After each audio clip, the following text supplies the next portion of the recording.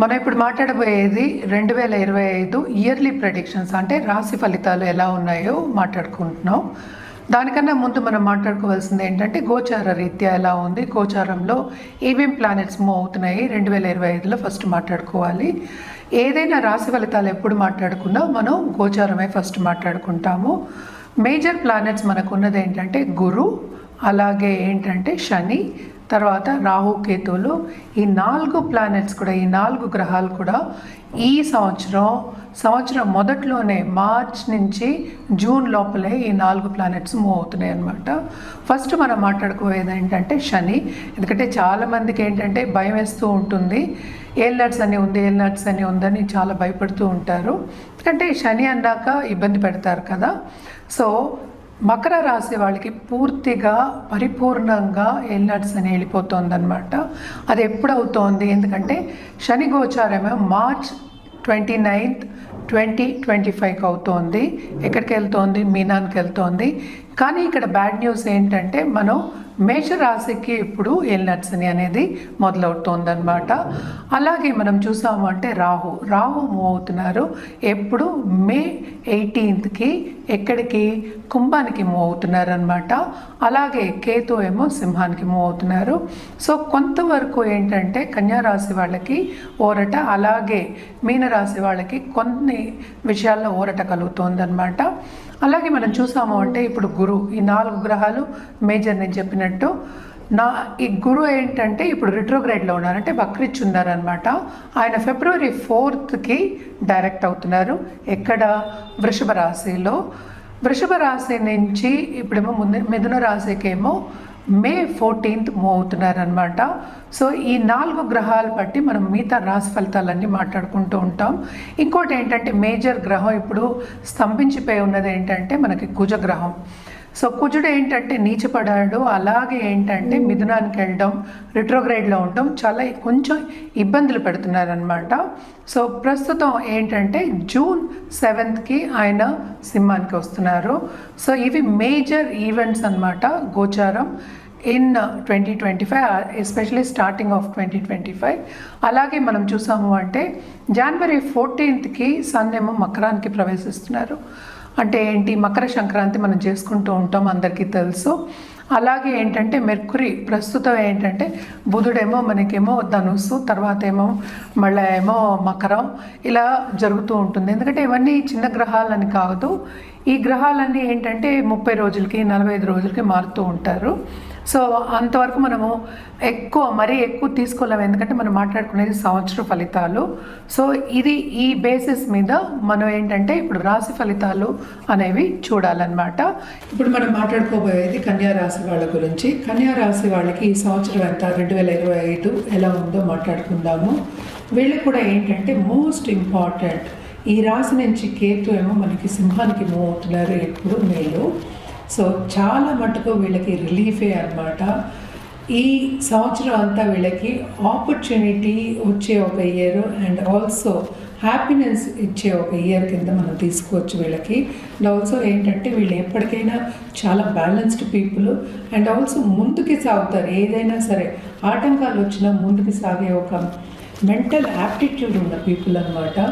ఈ రాశికి అధిపతి మనకి తెలుసు బుధుడయ్యాడు. బుధుడేమో ప్రస్తుతం మనకి ధనుసు, అలాగే ఏంటంటే మకరంలో ఉన్నారనమాట. అలాగే 12th లార్డ్ కూడా మనకంటే మకర సంక్రాంతి కూడా వస్తుంది ఈ సంవత్సరం, అంటే ఇప్పుడే జనవరిలో వస్తుంది కనుక స్టార్టింగ్ ఆఫ్ ద ఇయర్ వీళ్ళకి కొంతవరకు ప్రాబ్లం ఉండొచ్చు, అంటే ఏంటి ఆబ్స్టికల్ ఉండొచ్చు, అడ్డంగాలు ఉండొచ్చు.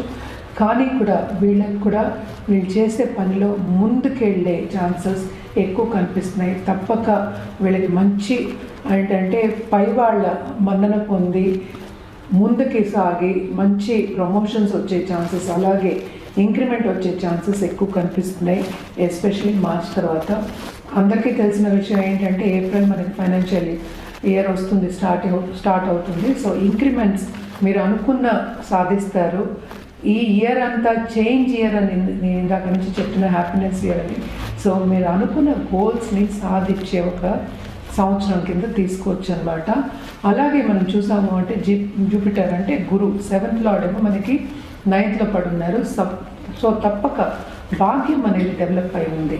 సో ఎవరెవరికి బాగుంటుంది, బిజినెస్ పీపుల్కి బ్రహ్మాండంగా ఉంటుంది.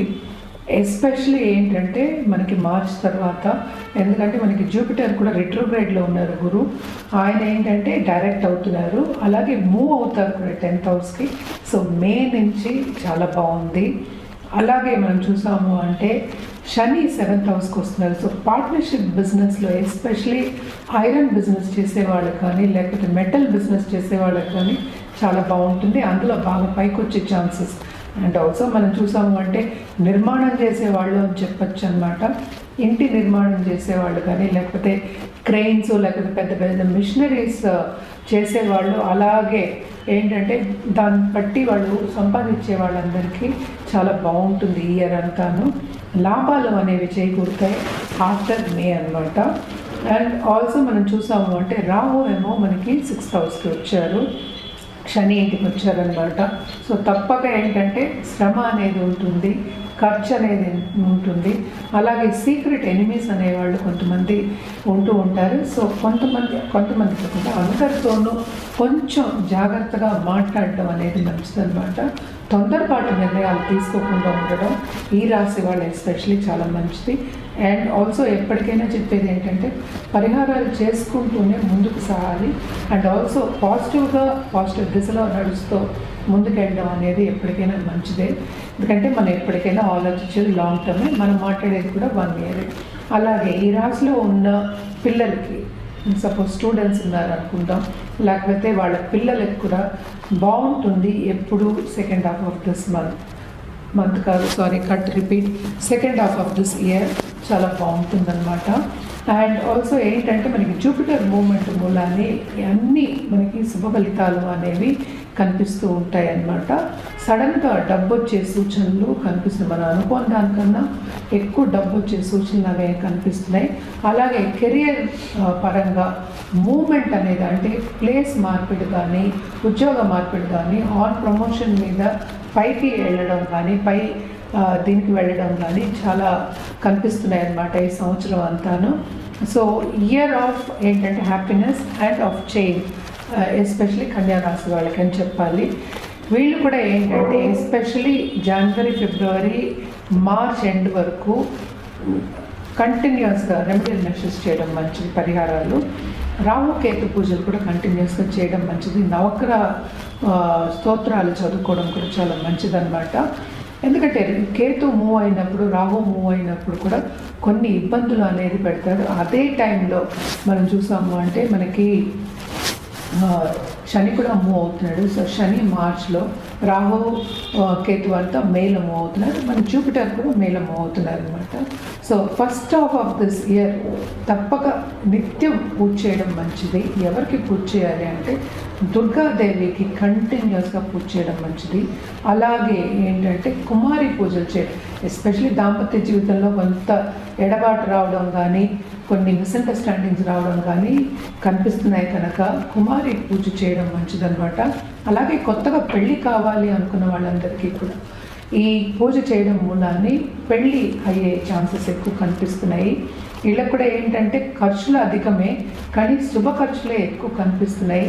అలాగే ఏంటంటే ఎప్పటి నుంచో మీకు ఆస్తి రావాలి, లేకపోతే ఏదైనా వస్తువు రావాలి, మీకు రావాలి, ఎవరో ఇవ్వాలి అన్నదంతా మీకు ప్రాపర్టీ కానీ ఏదైనా సరే మీకు వచ్చే ఛాన్సెస్ ఇయర్లో కనిపిస్తున్నాయి. ఎస్పెషలీ ఏంటంటే second half of this year అనమాట. తప్పక ఏంటంటే ఫైనాన్షియల్గా అయితే స్టెబిలిటీ అనేది వస్తుంది, చాలా బాగుంటుంది ఫైనాన్షియల్గా. అండ్ కెరియర్ పరంగా చాలా బాగుంటుంది. హెల్త్ విషయం కూడా లాస్ట్ ఇయర్ కన్నా ఈ ఇయర్ కంపారిటివ్లీ బాగుంటుందన్నమాట. అలాగే ఖరీదైన వస్తువులు ఇచ్చి పుచ్చుకునే ఛాన్సెస్ ఎక్కువ కనిపిస్తున్నాయి. అంటే ఖరీదైన వస్తువులు మనం ఇవ్వడం అనేది కనిపిస్తుంది. బంగారం అయినా సరే, లేకపోతే ఒక బ్రాండెడ్ వస్తువు అయినా సరే యువతల వాళ్ళకి గిఫ్ట్ చేయడం కానీ, ఎందుకంటే మనం తప్పక శుభకార్యాల్లో పాల్గొంటూ అసలు ప్రజెంట్ ఇవ్వడం అనేది కనిపిస్తోందన్నమాట. అలాగే ఇచ్చి పుచ్చుకోవడం కూడా కనిపిస్తోందన్నమాట. సో ఇవన్నీ బాగున్నాయి. మనం మాట్లాడుకునేది ఏంటంటే కొన్ని ప్లసెస్ ఉన్నాయి, కొన్ని మైనసెస్ ఉన్నాయి కనుక తప్పక పరిహారాలు, నేను చెప్పిన పరిహారాలు చేసుకుంటూ ఈ ఇయర్ అంతా కన్యా రాశి వాళ్ళకి చాలా బాగుంటుందని కోరుకుంటున్నాను.